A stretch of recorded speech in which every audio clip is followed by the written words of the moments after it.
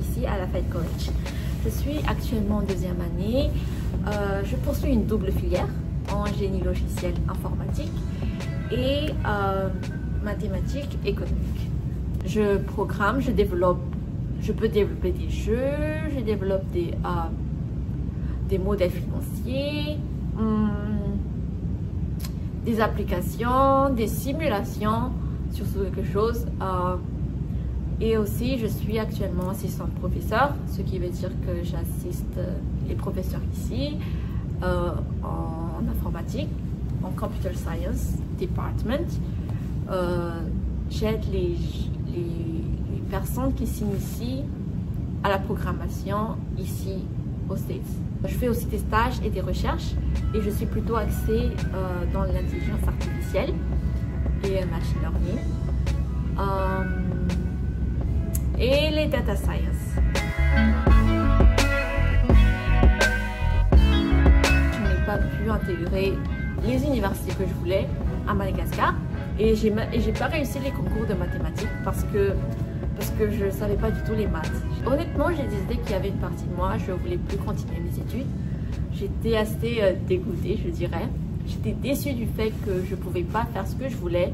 Alors j'ai commencé à travailler, mais ça ne m'a pas empêché à apprendre parce que l'apprentissage, c'était pas simplement à l'école, c'est pas simplement à l'université. Et en vrai, c'est même encore plus en dehors de l'université. J'ai commencé à coder des petits trucs, des petites animations, des petits jeux, faire des petits websites comme ça, juste pour fun. Au fil du temps et au fil des apprentissages, j'ai été sélectionnée pour représenter Madagascar dans une compétition internationale de robotique en Estonie. Après ça, quand j'étais revenue à Mada, j'ai commencé à être plus active dans le domaine de la science, STEM Education.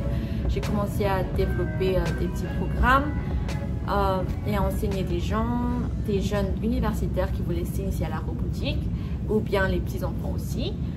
Et j'ai été mentor technique de l'équipe nationale First Robotic Challenge en 2020.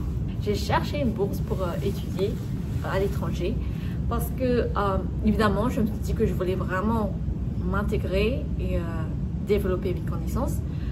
Malheureusement pour moi, ça faisait, je dirais, donc deux années blanches. J'ai obtenu la bourse aux États-Unis. J'ai reçu cette bourse